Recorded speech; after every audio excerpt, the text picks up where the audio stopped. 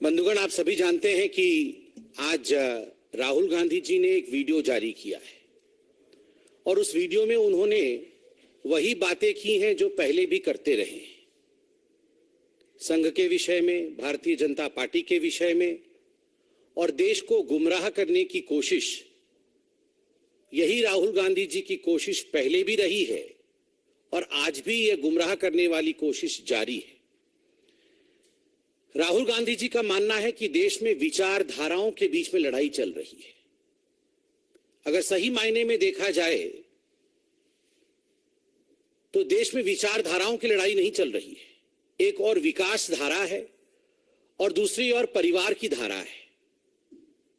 एक और विकास किस प्रकार आगे बढ़े, देश किस प्रकार आगे बढ़े, इसकी चिंतन है, तो दूसरी ओर किस प्रकार घोटाले, भ्रष्टाचार, इनको आगे बढ़ाया जा सके, परिवारवाद को आगे बढ़ाया जा सके, इसकी चिंता है। तो स्वाभाविक रूप से विचारधारा को आगे बढ़ाने की लड़ाई कतई नहीं है। राहुल गांधी का मानना है कि बीजेपी, आरएसएस और कांग्रेस ये पूरे देश में जिस प्रकार से विचारधारा को लेकर लड़ रहे हैं, उससे साफ होता है कि कहीं ना कहीं संघ और Bhajpa they want to control the institutions. जो इंस्टीट्यूशंस हैं उन पे कब्जा जमाना चाहते हैं। आज तो मुझे बड़ा आश्चर्य हुआ जब मैंने वो वीडियो देखा और मेरा मानना है कि जुडिशियरी को भी इसका संज्ञान लेना चाहिए। जब बड़े स्पष्ट रूप से राहुल गांधी कहते हैं कि इंडियन जुडिशियरी जो है वो बतौर एक इंस्टीट्यूशन भारतीय जनता पार्टी और संघ के कंट्रोल में है। इलेक्शन कमीशन को भी सख्त संज्ञान लेना चाहिए जब बार बार राहुल गांधी इस प्रकार के बयानों को तूल देते हैं कि election commission is controlled by BJP and RSS. मुझे तो आश्चर्य लगता है। अभी कुछ दिनों पहले जब कर्नाटक में कांग्रेस की जीत हुई, उस समय इलेक्शन कमीशन बिल्कुल ठीक था। बाकी राज्यों में जब भारतीय जनता पार्टी की जीत होती है तो इलेक्शन कमीशन कंट्रोल में है, इस प्रकार के शब्दों का प्रयोग ये अपने आप में ही कहीं ना कहीं कांग्रेस पार्टी की सच्चाई को दर्शाता है। बंधुगण, राहुल गांधी जी ने मणिपुर के लिए जिस प्रकार से आज बयान दिया है, हमारा बड़ा स्पष्ट मानना है कि कांग्रेस पार्टी एक संवेदनशील मामले में चर्चा नहीं चाहती है। वो इस पर घमासान चाहती है, वो इस पर हंगामा मचाना चाहती है। कहीं ना कहीं राजनीतिक रूप से इससे कैसे लाभ लिया जा सके, उसकी चेष्टा में कांग्रेस पार्टी लगी है।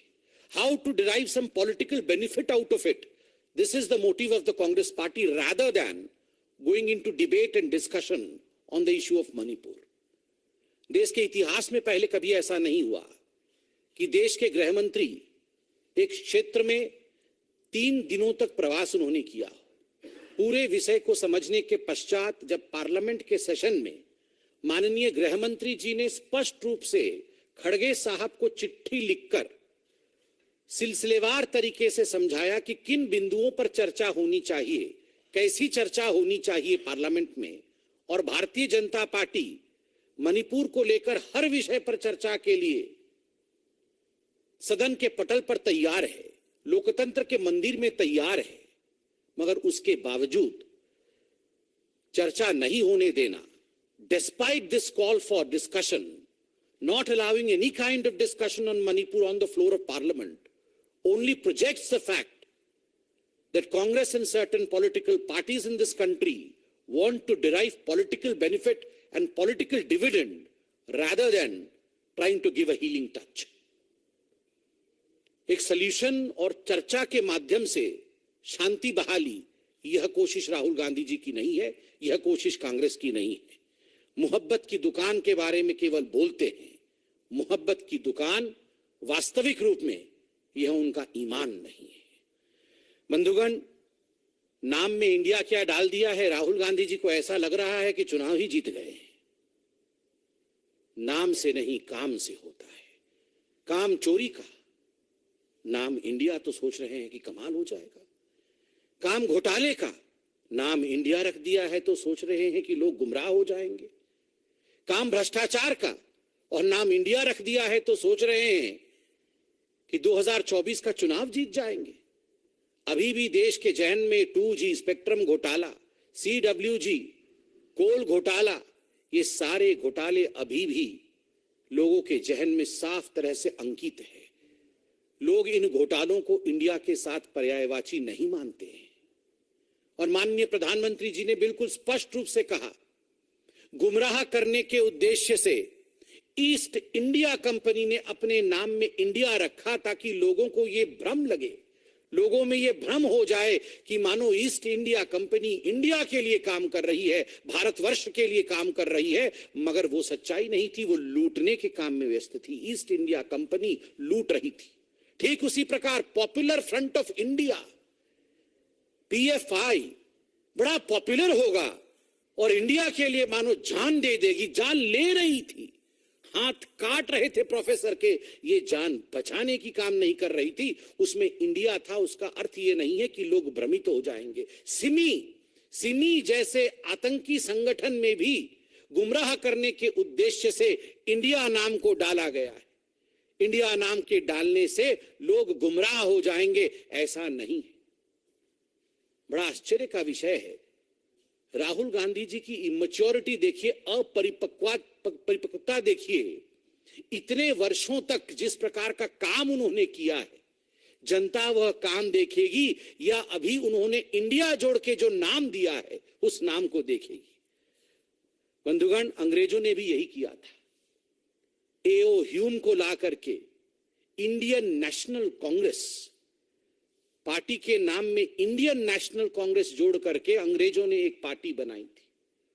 उनको लगता था कि भारत के लोगों को लगेगा मानो अंग्रेज हमारे हैं, और इंडिया का नाम लगाया है तो इंडिया के लिए काम करेंगे। जिस प्रकार की प्रताड़ना, जिस प्रकार की लूट अंग्रेजों ने की थी वो हम सब ने देखा था। इसलिए नाम के परिवर्तन से काम में परिवर्तन आएगा। हिंदुस्तान की जनता इससे गुमराह नहीं होने वाली है।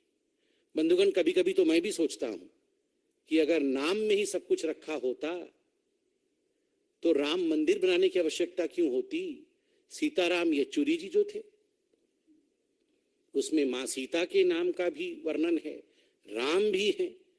तो क्या सीताराम येचुरी जी के नाम रहने से हम उनकी वंदन शुरू कर देंगे, हम उनकी पूजन शुरू कर देंगे? नाम से नहीं, काम से।